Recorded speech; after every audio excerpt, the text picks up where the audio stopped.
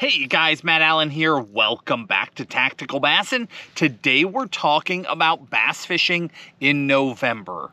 We're talking about the top baits that you can use that will consistently catch fish throughout the month.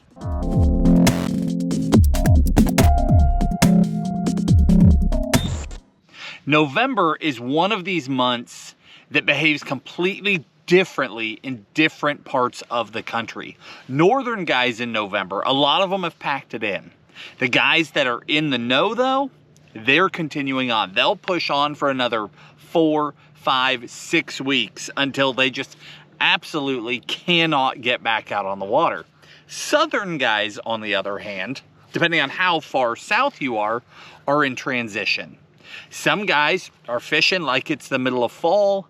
Other guys are beginning to see that, hey, fall really is coming to an end. Winter really is approaching and my fish are adjusting accordingly. So nailing down 5 baits for the entire country during the month of November, I would say that's impossible. You would definitely be shortchanging people at one end or the other. So today I've got 2 sets of 5. I've got baits for the majority of the country. So let's say middle of the country on down, guys fishing lowland reservoirs, and then guys up north, we're talking true northern guys, smallmouth guys, largemouth guys, but you're on reservoirs, spotted bass guys. All of you have got a different set of baits. So pay attention to the details and you'll figure out really quickly which set of baits best applies to your fisheries so that you can get out there and be really consistent throughout the coming weeks and month. So let's start out with the majority of the country. Obviously, most of you fall into this category, but a few of you will go the other way. So November, for the majority of us, is that last ditch effort to just have a lot of fun before it's really cold, right? The cold is coming. We all know it. Now, we've learned in recent years, cold does not mean that you can't power fish. It doesn't mean that you can't get out there and have fun. It just means you are going to be cold. But in November, in a lot of the country, you can still get on some really fun bites. They might be fading away, but you can still get on them. So my first bait, my number 1 bait, is speed cranking. Okay, this is the Tactical DD75 crankbait. Now, for these techniques, we've actually been doing in-depth videos about each one of these for about the last month to get you guys ready for now. So in addition to the baits, in the video description, I will link you the in-depth video on this, as well as a couple of the others. So if you're not familiar with speed cranking, you can get up to speed right away. But speed cranking, taking a 7-to-1 or an 8-to-1 reel and burning these crankbaits to draw a reaction strike, to draw a feed response, is by far my number 1 way to fish in November. And then that's going to carry all the way through the winter, no matter how cold the water gets. Again, if you're not familiar with this, we'll have a video linked in the description that will go into all the details for you. But speed cranking, taking a tactical DD, fishing anywhere from about 8 to 18 feet of water, when those fish are starting to bunch up on outside structures, you know, fish that were in the pockets start pulling out to the corners, to the points, to offshore rock, that's when it's go time. Now, number 2 is kind of a transitional bait here. I'm actually going to pick up 3.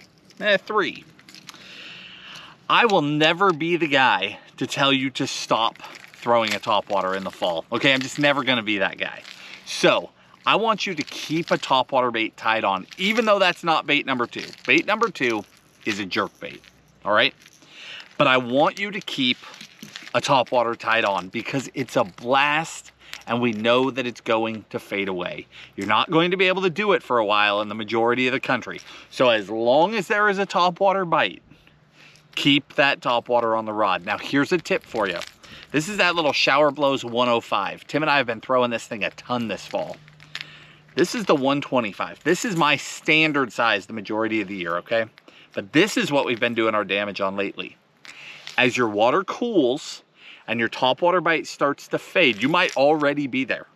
You might have gone from getting 15 bites down to 3 or 4 bites. Quick tip for you. The cooler that water gets, that topwater bite's probably still there. There's just not as many of them, but they tend, as it diminishes, they tend to be really good quality bites. In other words, you can catch a really big bass on a topwater really late in the season, but it pays to go back to throwing the bigger size baits.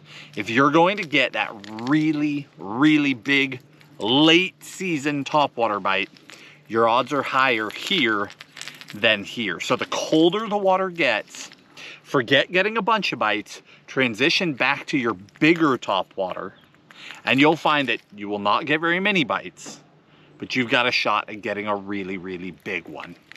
Now, as that bite fades, as it just goes to 0, don't fight it. Let the topwater go and put the deep diving jerkbait right back in its place.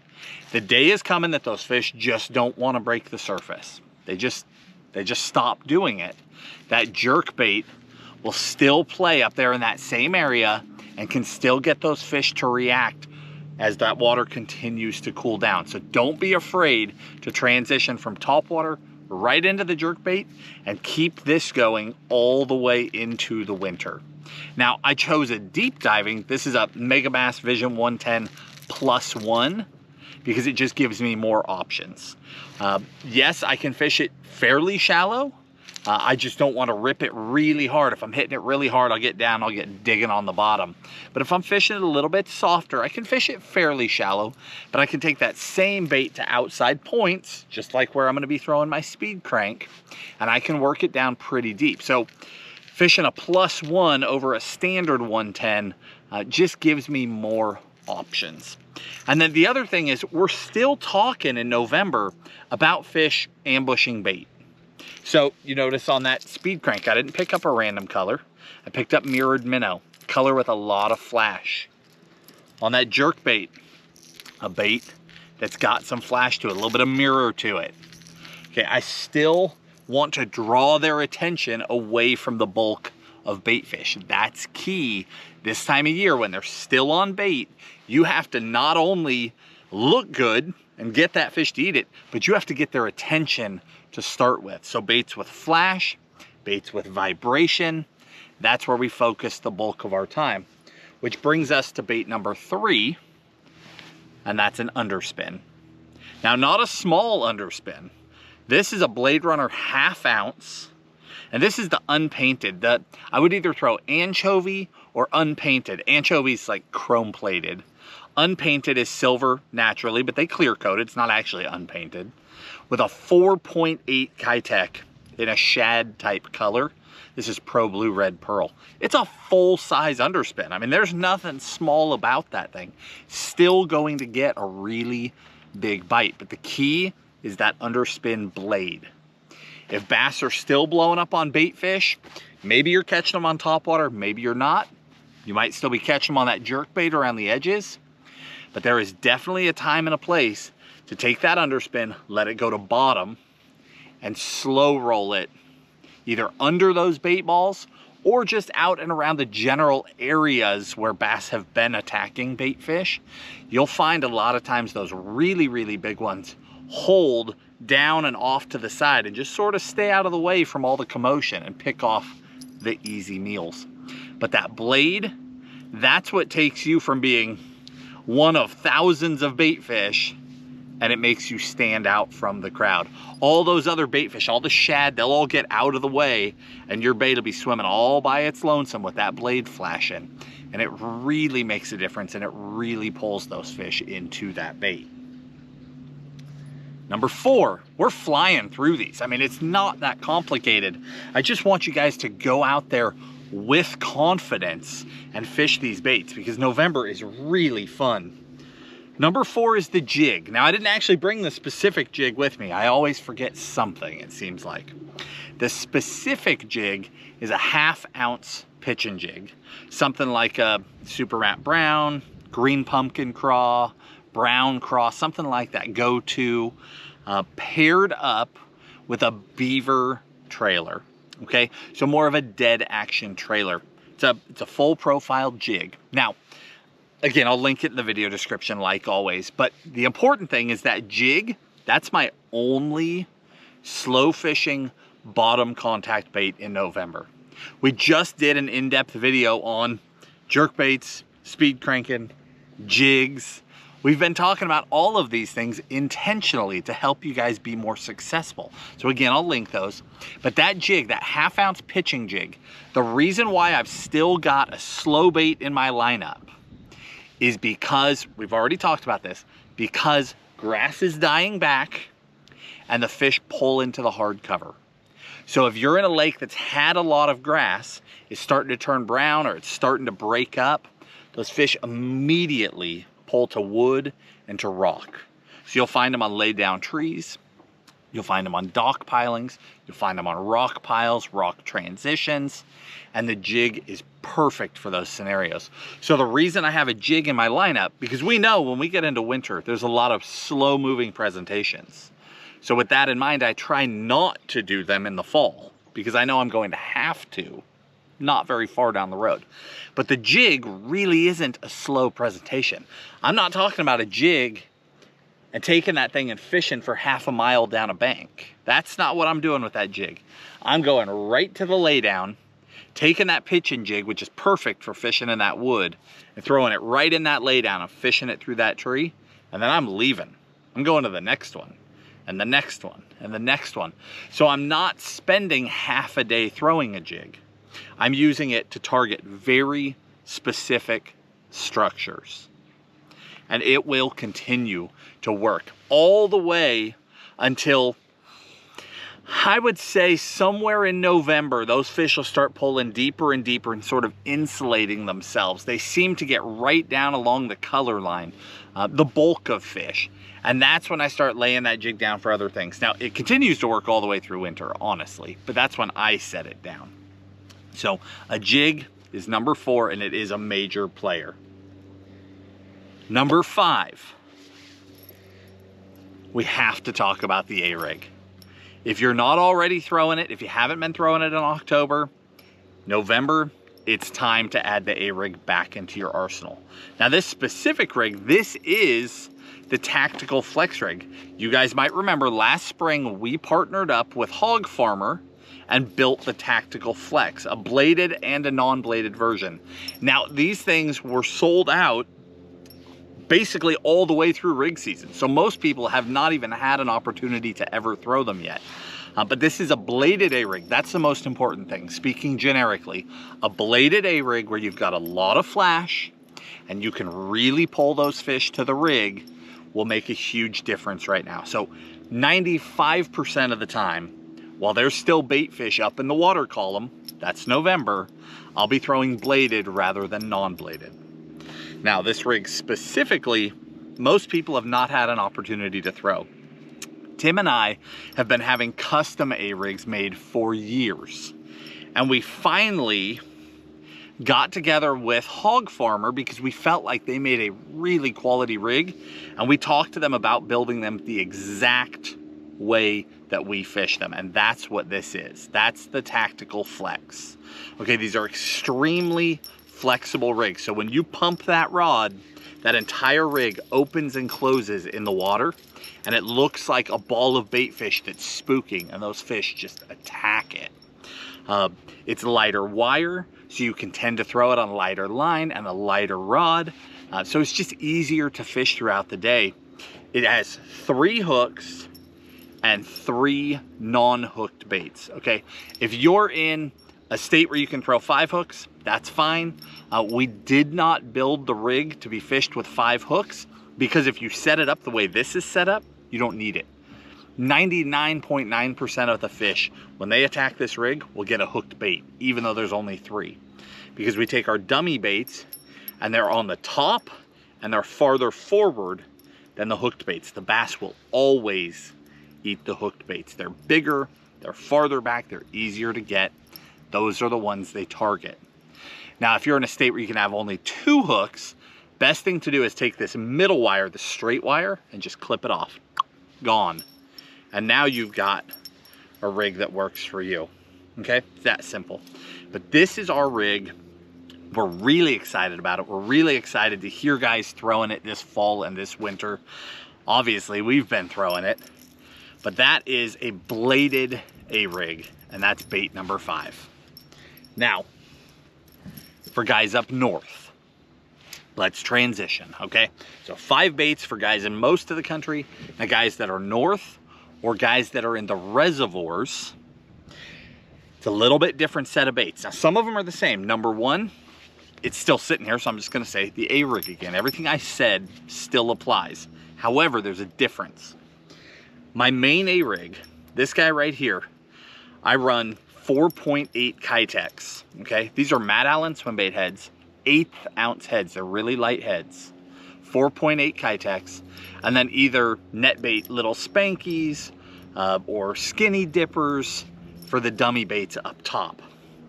If you're up north, and southern guys, when the water gets even colder, I figured this one out last year. I stopped throwing a Kitec and I started throwing these churros. Let me grab 2 sizes here. This is a little 3.5 churro, and this is the 4.25. But this bait, I started throwing this bait because I noticed that a Kitec has a really wide kick. That's what I like about it. It moves a ton of water. And when the water's warm, like here in the fall and early winter, they just respond to that Kitec so well.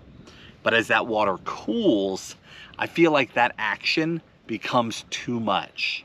And given a choice, those fish respond better to slower, more methodical movements, and that's where this bait comes in. So on my northern A-rig, I would still go bladed, but I would transition to that churro and I would fish it slower. Still on that 1/8 ounce head, still a lot of ripping and popping, but just slower rolling. And that bait, instead of having this big wide kick, will have a much more natural roll to it. And they just seem to respond a lot better as that water cools down. So number 1, A-rig. Number 2, still speed cranking. Okay, it doesn't matter how cold that water gets, speed cranking just works. It works all the way down into the 30s. You should be doing it. Color-wise, if you're matching bait fish, if you're matching shad, throw those reflective colors that will throw a lot of light. But I know a lot of guys, northern guys, you end up on natural lakes, maybe they don't have shad. I do extremely well with green pumpkin craw. Just an FYI for you. Okay, number 2 is speed cranking. Number 3 is that jig, but with the jig, it's not the same jig. This is a Finesse football jig. The little Finesse football with a light wire hook will go a long way. Now it's a smaller profile, but a 1/2 ounce.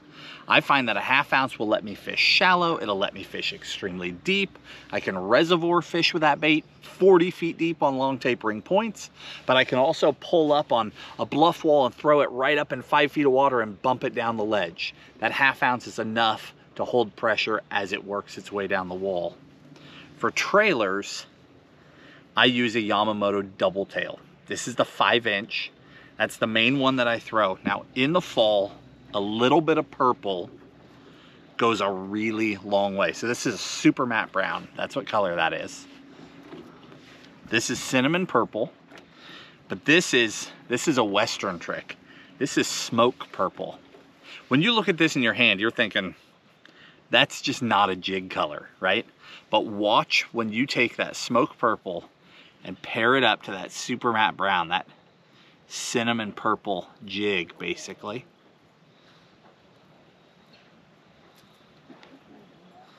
And look how good as a combination that looks. That is a deadly, deadly combination in the fall. Now, if you want a little bit more of a solid body, I go to that cinnamon purple. Cinnamon purple black is actually what it is. But a 1/2 ounce jig with some purple in it, with a double tail grub, it will carry you all the way into winter. And with that Finesse hook in there, I can drop this down and throw it on 10 to 12 pound line, even though it's a 1/2 ounce. and I can stick those fish, keep pressure on them, and get a lot more bites than if I was throwing heavier line. You know, the southern guy, that pitch and jig, I'm throwing a lot of 15 to 20 pound line there, but not with that little finesse football. You can get away with it. You'll catch spotted bass, you'll catch smallmouth, of course you'll catch largemouth, but it's just a really good profile that will get a lot of bites as that water cools down. Next up is a blade bait. Northern guys know, right? There is just a special place for a blade. This is the Damiki Vault half ounce. Color-wise, just general bait fish. There's probably 7 or 8 colors of the Vault that I throw almost interchangeably, unless I'm fishing really shallow. If I'm right up shallow, I think color matters more, but the deeper I get, the more I just want general bait fish tone. So something that's generally in the gold realm or something that's generally in the silver realm, and you'll be just fine. But that Vault fished on bottom, throw it out, let it hit the bottom, give that rod a pull and it'll vibrate up, and then let it fall back to bottom. Vibrate up, fall back to bottom. Vibrate up, fall back to bottom. Those fish smoke that thing, usually while it's falling back to bottom. That is a smallmouth trick. You're probably familiar with the Silver Buddy from Dale Hollow. Blade baits and smallmouth have gone back a really long time. Same with spotted bass and largemouth.